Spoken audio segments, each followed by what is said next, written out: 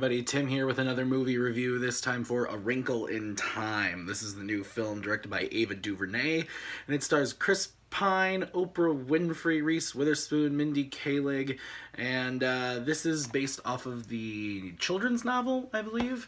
There was also a TV movie version of A Wrinkle in Time that came out back in 2003, which I have not seen. I haven't read the book. But, you know, I'm a big fan of Ava DuVernay. I thought she directed the crap out of Selma. And the Netflix documentary 13th, I have not seen it, but I hear that it's exceptional. So I was super excited to see what Ava DuVernay could do with a big budget movie like A Wrinkle in Time. And so again, I knew nothing about the story going into it, other than that it is about this young girl whose father disappears. After he's experimenting with time travel type stuff, and this movie really disappointed me. I thought the visuals were stunning for the most part. There were parts that I thought not so much, but for the most part the visuals were pretty good.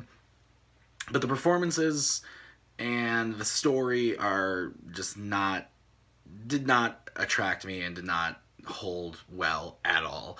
I thought that the story itself just was convoluted, boring. I was bored for most of the movie. I actually said to my fiance halfway through the movie that I would really love to leave right now. I thought that it was just over complicated for the sake of being over complicated, and I could see how this movie would work really well as a novel, but putting it on the big screen, it just did not work for me. And then one of the main characters in the film is this main girl's little brother who comes along on the journey, and it's a child actor, obviously, and he is just beyond obnoxious. And it's not his fault. I don't know if it's anybody's fault, but it didn't work. It did not work for me personally. The other person that did not work for me either was the friend of this girl. I believe his name is Levi Miller.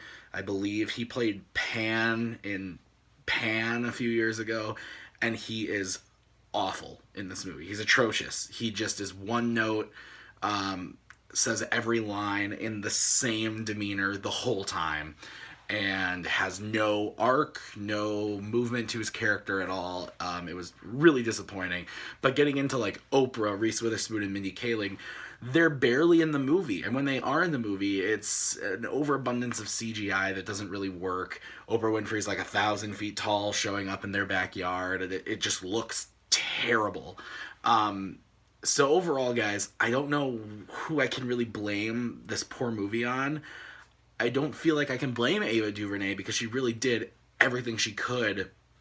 Is it the screenplay's fault? It's not a great screenplay. Is it the actor's fault? They didn't do a great job. Is it Ava's fault?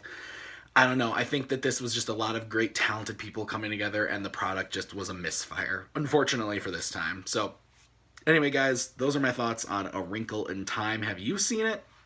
If you have, comment below and let me know what you thought about it.